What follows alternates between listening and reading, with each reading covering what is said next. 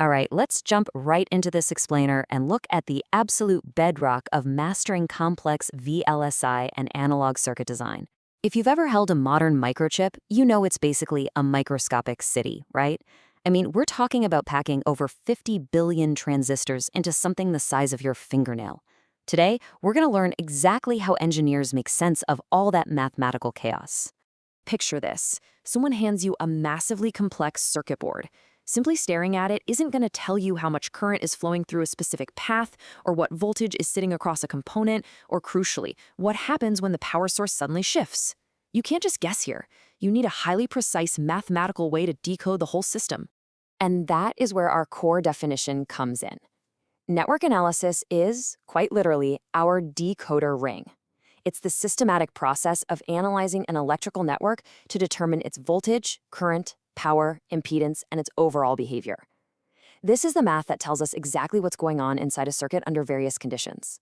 It bridges the gap between a schematic on your screen and a real functioning piece of technology.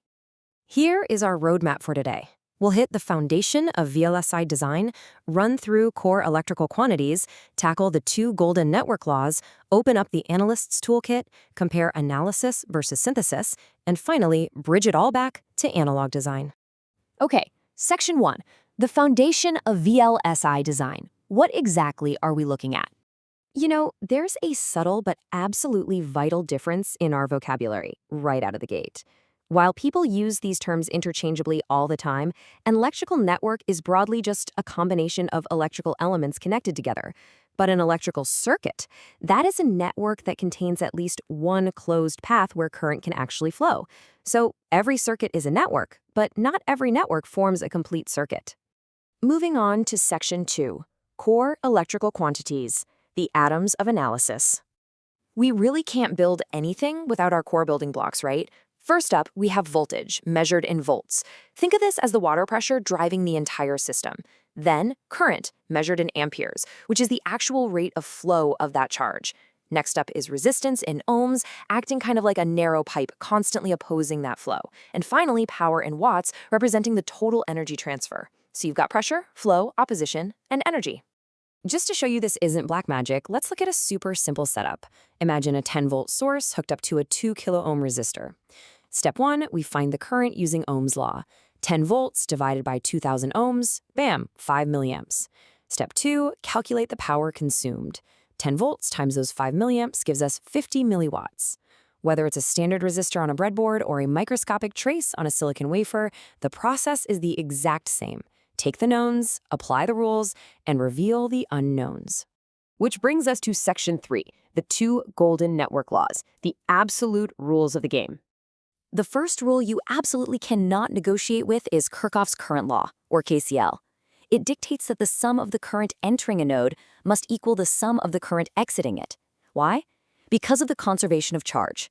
Charge can't just spontaneously appear or vanish into thin air at a junction. Whatever goes in absolutely must come out.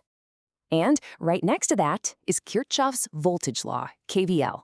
This law states that around any closed loop in a network, the sum of all voltages has to be exactly zero. This is a perfect representation of the conservation of energy. The energy supplied by your voltage sources is going to be completely consumed by the voltage drops across your components by the time you complete a full loop. All right, Section 4, the analyst's toolkit. Let's solve some complex puzzles. Armed with KCL and KVL, we get two massive heavyweights in our toolkit.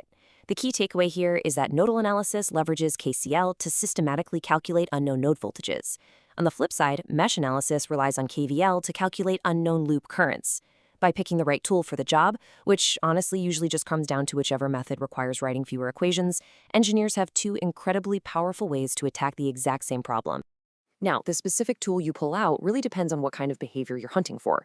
We use DC analysis for steady sources, obviously. We swap to AC analysis for sinusoidal signals. But in modern VLSI, we care deeply about transient analysis. We need to know exactly what happens the microsecond a digital switch flips. And finally, to map out things like bandwidth and transfer functions, we jump into frequency domain analysis. Moving to Section 5, network analysis versus synthesis. Really, they're two sides of the same coin. This highlights a major philosophical divide in engineering, keeping analysis and synthesis separate. Network analysis is purely deductive. You have an existing circuit and you calculate what it does. Network synthesis, on the other hand, is highly creative. You are given a desired behavior and you have to design a brand new circuit from scratch that produces it. Analysis always lays the groundwork for successful synthesis. And we've got to face the reality of the silicon we're actually working with. A linear network strictly follows the superposition principle. Think ideal resistors and capacitors, where the output scales nicely and proportionally with the input. But a nonlinear network, which includes stuff like diodes and MOSFETs, does not scale directly at all. This is a big deal because modern VLSI relies heavily on these nonlinear MOSFETs. To actually analyze them mathematically, we have to use an elegant trick. We cleverly linearize them around a specific operating point just to perform small signal analysis. Finally, Section 6, Bridging to Analog Design, the macro return. Look, before you even think about laying out an intricate analog amplifier on a piece of silicon, you have to absolutely guarantee it will behave properly. You need a specific voltage gain. You must precisely tune the input and output resistance.